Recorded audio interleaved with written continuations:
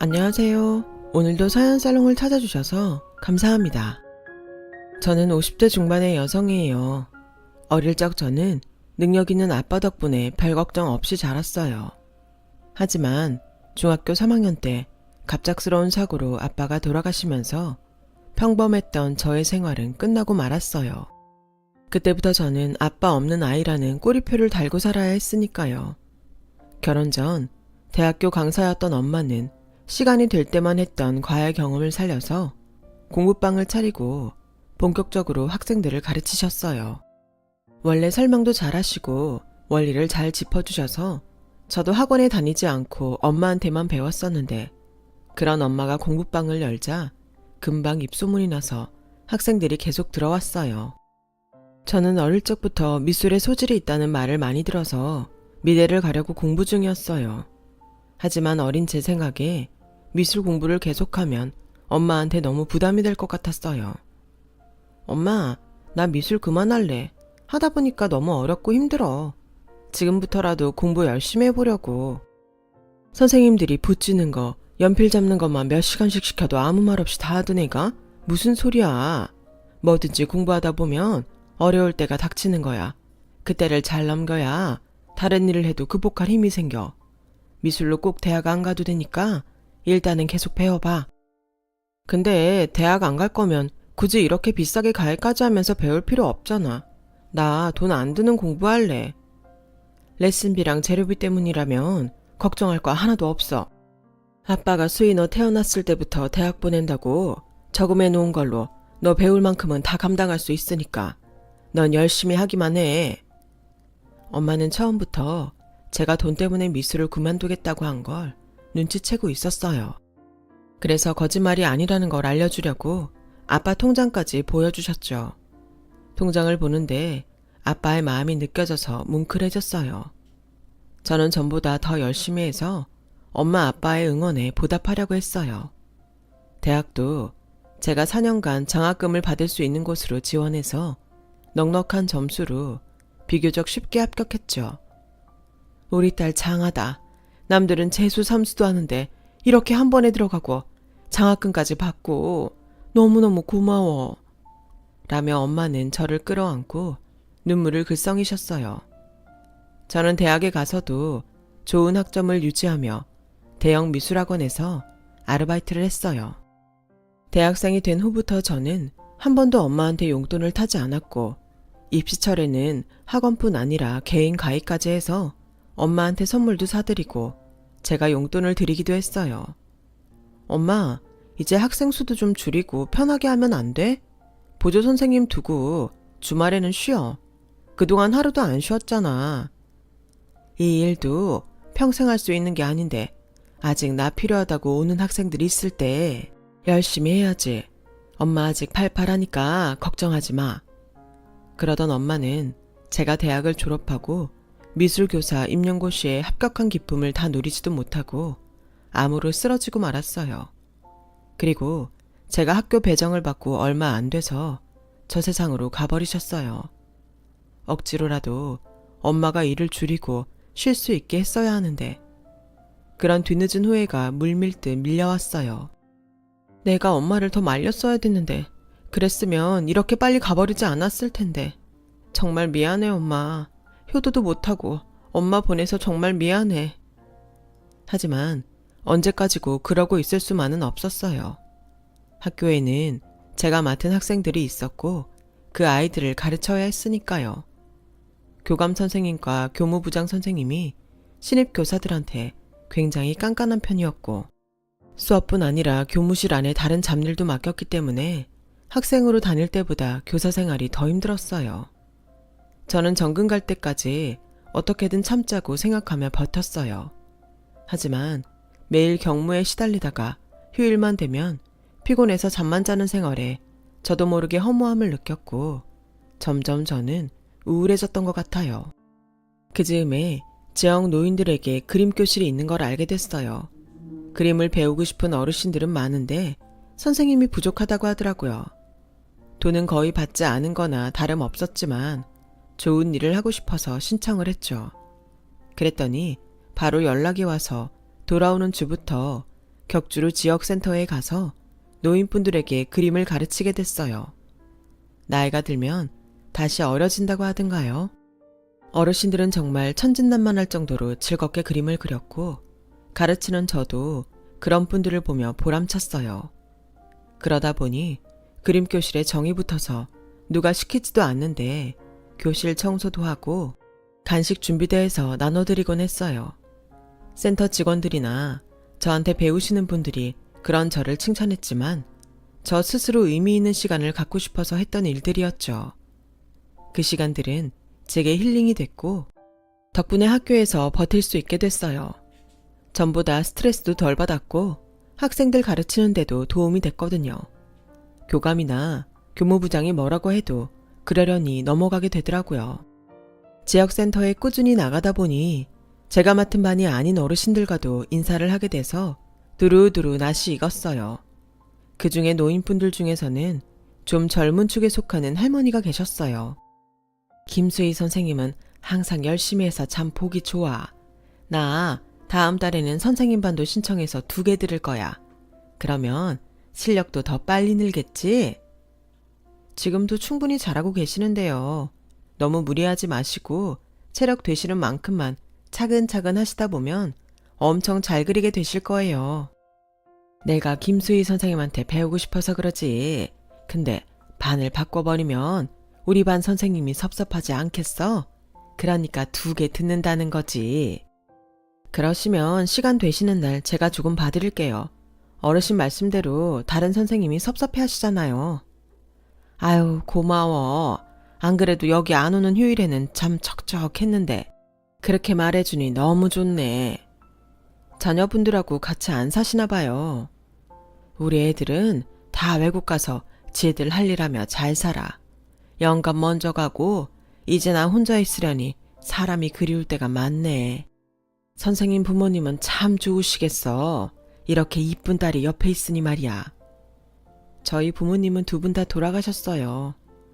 아휴, 이걸 어쩌나. 내가 주책을 떨었네. 미안해요, 선생님. 괜찮아요, 어르신. 이제 다 적응했는걸요. 그 후로 저와 할머니는 급속도로 친해졌고 점점 서로의 속사정도 얘기하는 사이가 됐어요. 주로 제가 학교 일이나 사람 관계 같은 걸 얘기할 때가 더 많았죠. 한 번은 센터 수업 날이 아닌 날에 할머니를 만나기로 하고 약속 장소에 갔는데 30분이 지나도 안 오시더라고요. 이런 적이 없었고 못 오거나 늦으면 꼭 연락을 하셨기 때문에 걱정이 됐어요. 다행히 저에게 할머니 집 주소와 전화번호를 갖고 있어서 전화를 몇 번 해보다가 계속 안 받으시길래 서둘러서 할머니 댁으로 찾아갔어요. 할머니 아파트는 꽤 높은 층이어서 엘리베이터를 타고 올라가며 별일 없기만을 빌었어요. 그런데 현관문이 빼꼼히 열려 있어서 안을 보니 할머니가 바로 앞에 쓰러져 계신 거 아니겠어요? 문을 열고 나오려다 그렇게 되신 것 같았어요. 할머니, 정신 차려보세요. 할머니, 저 알아보시겠어요? 저는 할머니가 눈을 살짝 뜨는 걸 보고 바로 119를 불러서 할머니와 같이 병원 응급실로 갔어요. 아무래도 혼자 계시다 보니 잘 안 챙겨 드셔서 영양실조에 빈혈이 오신 것 같네요. 골다공증도 있고 옆에서 누가 좀 챙겨드리면 좋겠어요. 일찍 발견해서 다행이지 큰 병이 아닌 것 같아도 그 상태로 오래 계셨으면 어떻게 되셨을지 몰라요. 라는 의사의 말에 안심하면서도 한편으로 할머니가 짠하고 불쌍했어요. 집도 좋고 부유해 보였는데도 영양실조라니. 노인분들이 혼자 사시는 게 정말 안 좋구나 라는 생각을 했죠. 저는 그 후 퇴근하면 할머니 댁에 들러서 밥도 챙겨드리고 아픈 데는 없는지 살펴보았어요. 할머니, 몸 안 좋은 데 있으면 저한테 증상이 어떤지 잘 얘기해 주셔야 돼요. 혹시 입원이라도 하시게 되면 제가 자녀분들한테 연락을 해야죠. 내가 우리 선생님 덕분에 요즘 살도 찌고 심심하지도 않아. 근데 이거 너무 신세지는 것 같아서 미안해서 어쩌지? 그런 말씀 마세요. 저도 엄마 돌아가시고서 어디 마음 붙일 데가 없었는데 이렇게 할머니하고 있으니 엄마랑 있는 것 같아서 좋은데요. 아, 제가 너무 부담되는 얘기했으면 죄송해요. 전혀 아니야. 나도 우리 아들, 딸 외국 간 지 10년도 넘고 보고 싶을 때 제대로 못 봐서 쓸쓸했는데 이렇게 선생님하고 매일 보니까 자식들 생각도 덜 나고 좋은 것 같아. 선생님, 나 이제 선생님 이름 불러도 될까? 막내딸이다 생각하고 싶어서 그래. 라고 하시는데 저도 모르게 눈물이 주르르 흘러내렸어요. 누군가에게서 이런 따뜻한 말을 듣고 싶었던 것 같아요. 저는 고개를 끄덕이며 어깨를 들썩거리며 울었고 할머니는 그런 저를 꼭 안아주셨어요. 그렇게 할머니와 저의 사이는 점점 가까워졌고 할머니는 농담처럼 밖에 나가서도 저를 우리 막내딸이라고 부르곤 하셨어요. 저도 같이 쇼핑을 가거나 하면 직원들한테 할머니를 엄마라고 했죠.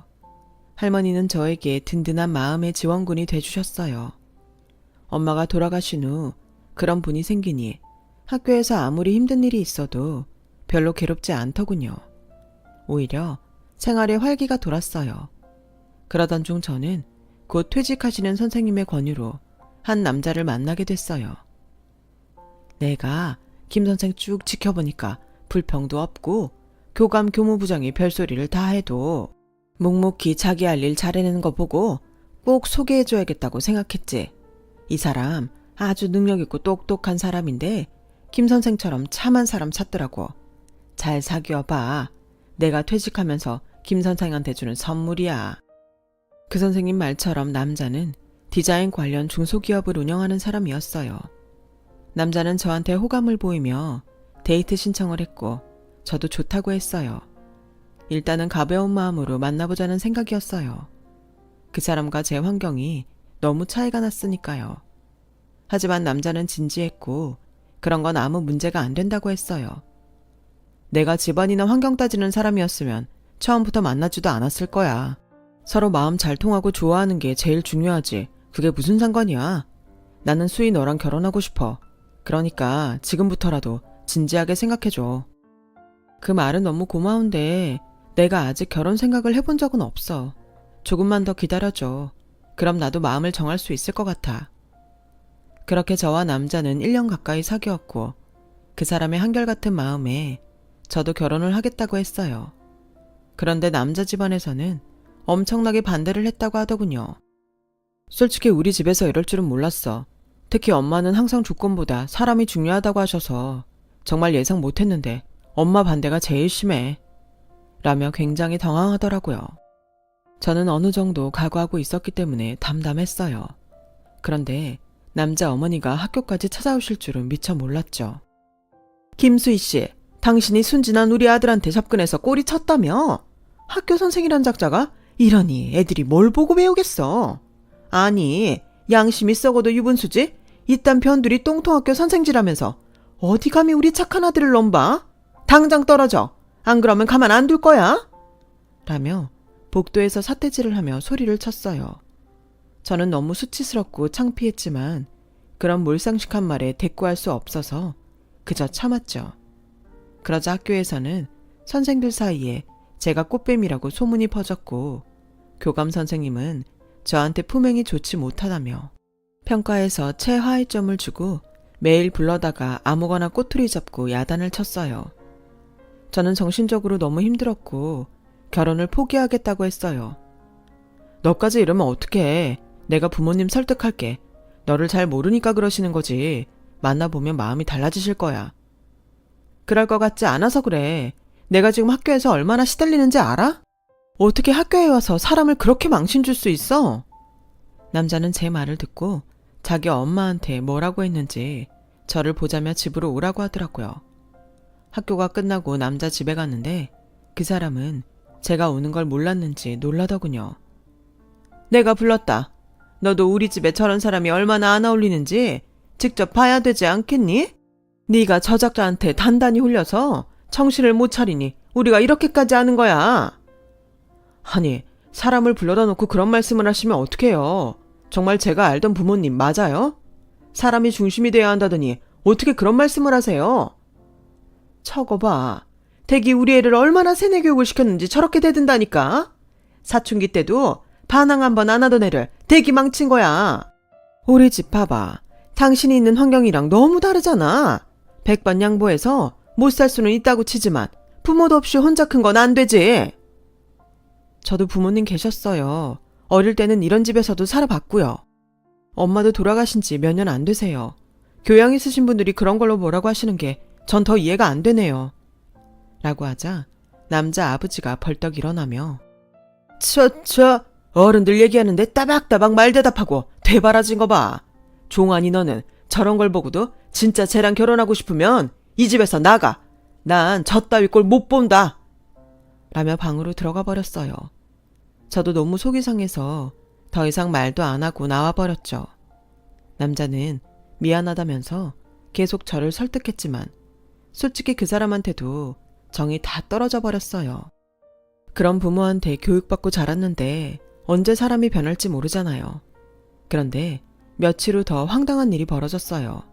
학교 교무실에서 선생님들이 아침 조례를 하는데 남자 어머니가 들어오더니 제 따귀를 냅다 때리는 거예요. 내가 말했지? 우리 종원이한테서 당장 떨어져. 내 아들 어디다 감췄어?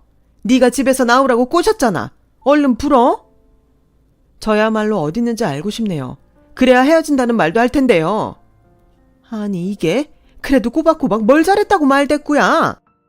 하며 제 머리채를 잡으려는 걸 다른 선생님들이 말려서 떼어놨어요. 정말 그날 하루는 최악이었어요. 선생님들은 대부분 저를 동정하고 안타까워했지만 몇몇 선생님들은 정말 제가 문제가 있을 거라고 수군거렸죠. 교감 선생님은 한 번 더 이런 일이 생기면 그때는 사표를 쓰라고 하더군요. 저녁 늦게 퇴근을 하는데 남자한테서 전화가 왔어요. 내가 부모님한테 강하게 나갔더니 같이 식사 한번 하자고 하셨어. 꼭 나와야 돼. 이거 잘해보자는 신호니까 저녁 먹으면서 마음 풀자. 글쎄 잘 모르겠네. 내가 종환 씨를 말 안 듣는 아들 만들었다고 확신하시던데 정말 마음이 풀리시겠어? 그러니까 그날 네가 얼마나 괜찮은 사람인지 보여주자고. 꼭 나와. 알았지? 라고 했지만 저는 내키지 않았어요. 남자한테 몇 번이고 그냥 헤어지자고 했지만 그 사람은 듣지 않았고 결국 식사 약속을 잡게 됐죠. 그런데 약속을 앞두고 이틀 전쯤에 남자 어머니가 저한테 전화를 했어요. 너 그날 친척 어른이라도 모시고 나와. 네가 정말 고아가 아니면 부모님 형제라도 있을 거 아니야. 네 부모님이 번듯한 사람들이었다는 거 증명할 기회를 주는 거니까 친척 어른하고 못 올 거면 아예 나오지 마라. 하지만 저는 오랜 시간 부모님 친척들과 연락을 안 하고 있는 상태였어요. 이모가 한 분 계셨지만 치매가 와서 요양원에 계셨고요. 아빠 친척분 중에서도 갑자기 결혼 상대 부모와 같이 식사하는데 가자고 부탁할 데가 없었어요. 이날 퇴근길에 할머니한테 들렀는데 마침 아드님이 와 있더라고요.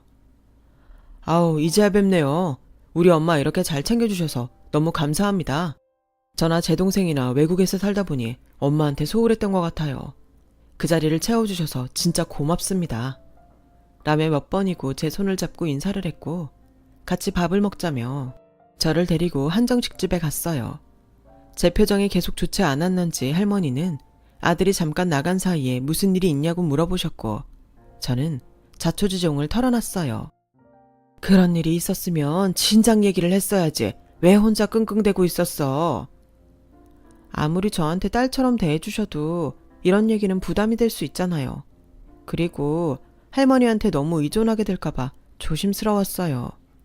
그런 말이 어딨어. 내가 막내 딸처럼 생각한댔으면 진짜 딸로 여기는 거야. 나 빈말하는 사람 아니야. 내가 나갈게. 그러니까 걱정하지 말고 가자. 아니 뭐 그런 몰상식한 사람들이 다 있어. 끝내더라도 수인이가 혼자가 아니란 건 알게 해줘야 돼. 라며 자기 일처럼 화를 내시는데 너무 고맙고 눈물이 났어요. 그리고 약속날이 됐고 저는 제일 먼저 레스토랑에 도착해서 혼자 앉아 있었어요. 잠시 후 남자가 자기 부모님과 왔는데 남자 부모님은 저를 보자마자 화를 내더군요. 아니 너는 어른 말을 뭘로 듣길래 이렇게 혼자 잘났다고 앉아있는 거니? 내가 분명히 말했지? 친척 어른이랑 같이 올 거 아니면 나오지 말라고. 엄마, 그새 또 수희한테 그런 말을 한 거야? 대체 왜 그래? 남자와 남자 어머니가 말다툼을 하자 아버지는 버럭 소리를 지르며 총환이 너 이 자식 정신 차려. 이렇게 집안 분란만 만드는 여자가 뭐가 좋다고 우리를 이렇게 수치스럽게 만드는 거냐? 이런 꼴을 보고도 이 여자랑 우리가 밥을 먹어야겠냐? 제 얘기는 아직 안 들어보셨잖아요. 무턱대고 넘겨짚고 이러시면 어떡해요. 오실 거예요. 좀 늦으시는 거죠. 너 지금 우리한테 성질내는 거냐? 야, 너 같은 게 감히 어디 소리를 높여? 이러고도 네가 부모가 있었네 어쨌네 그런 소리를 짓거려? 천하에 못 베어먹은 것? 제대로 얘기도 못하게 하시면서 제가 제 입장을 얘기하면 왜 그런 식으로 말씀하시는데요? 라며 남자 어머니한테 따지자 남자 아버지는 일어나며 갑시다. 더 이상 볼 것도 없어. 누가 나오든 이딴 집안하고 상대하는 게 아니야. 맞아요. 개똥 같은 학교 미술 선생이 나는 게 우리랑 격이 맞을 리 있어요? 라며 나란히 나가다가 그 자리에서 멈추더군요. 바로 할머니와 할머니 아들이 그 앞에 나타난 거였어요. 남자 부모님은 놀라서 멍하니 두 분을 쳐다보더니 저를 돌아봤어요. 네가 말한 사람들이 이분들이니?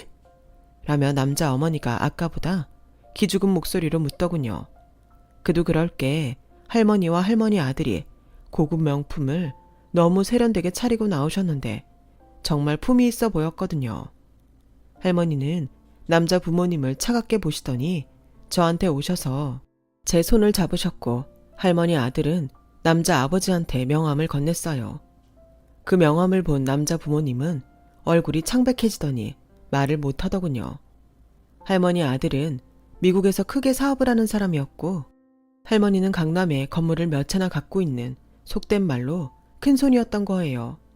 저도 그 사실을 몰랐는데 이 자리에 나오기로 한 다음 아들과 얘기하는 걸 들으며 알게 됐죠.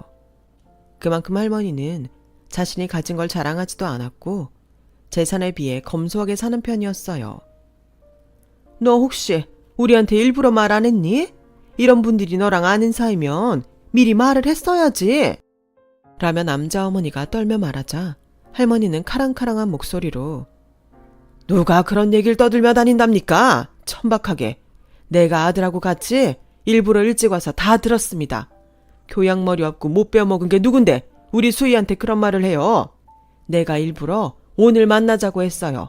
당신들이 함부로 대하고 애 학교까지 찾아가서 망신 줬다길래 우리 애가 어떤 애인지 보여줘야겠다. 그렇게 마음먹었거든. 아드님은 저희 회사랑 연관 있는 한국기업 외주도 하더군요. 제가 오기 전에 좀 알아봤어요. 그런 작은 외주 하나 하는 회사 사람한테 제 여동생 같은 사람 못 보내겠습니다. 가자 수희야. 라며 할머니 아들이 먼저 나갔고 저와 할머니도 뒤를 따라가는데 남자 어머니가 갑자기 저를 잡더라고요. 혹시 이 일로 우리 총환이 사업에 피해가는 거 아니지? 총환이는 너 좋아했지. 우리가 반대한 거잖아. 우리도 잘 모르니까 그런 거고. 그러니까 마음 풀어. 우리 아들 일감 떨어지게 하면 안 된다 너. 이러고도 우리 딸한테 협박하고 명령하는 겁니까? 어떻게 그렇게 댁들 생각만 할 수 있어요? 진짜 몹쓸 집안이네. 라며 할머니가 버럭 화를 내며 남자 어머니가 저를 잡은 손을 세게 때리셨어요. 남자 어머니는 놀라서 저한테서 손을 떼고 어쩔 줄 몰라 하더군요. 남자 부모님은 주차장까지 저희를 쫓아와서 저희가 미처 몰라봤습니다. 알면 그랬겠습니까? 노여움을 푸세요. 이렇게 부탁드립니다. 하며 거의 빌다시피 했고 할머니는 알고 모르고의 문제가 아니지. 수희야, 이딴 정신상태로 사람 차별하는 인간들 2번 다시 상종하면 안 된다. 라며 저를 차에 태워서 그 자리를 떠났어요. 그리고 그날 밤 저는 남자한테 전화로 헤어지자는 말을 전했고요. 남자는 그 후로도 몇 달간 끈질기게 저와 다시 시작하자고 했지만 그런 시부모를 견딜 자신도 없었고 무엇보다 사람 배경을 보고 한순간에 180도 바뀌는 사람들을 믿을 수가 없었어요. 그런 부모한테서 자란 남자도 완전히 신뢰할 수 없었고요. 저는 3년 정도 더 혼자 있다가 정근간 학교에서 만난 사람과 사귀게 됐고 할머니 가족분들과 남자 가족들 모두의 축복을 받으며 결혼을 하게 됐답니다. 할머니는 10년 정도 더 사시다가 세상을 떠나셨어요. 저는 할머니 가족들과 함께 장례식도 끝까지 치렀고요. 지금도 그분들과는 진짜 가족처럼 잘 지내고 있답니다.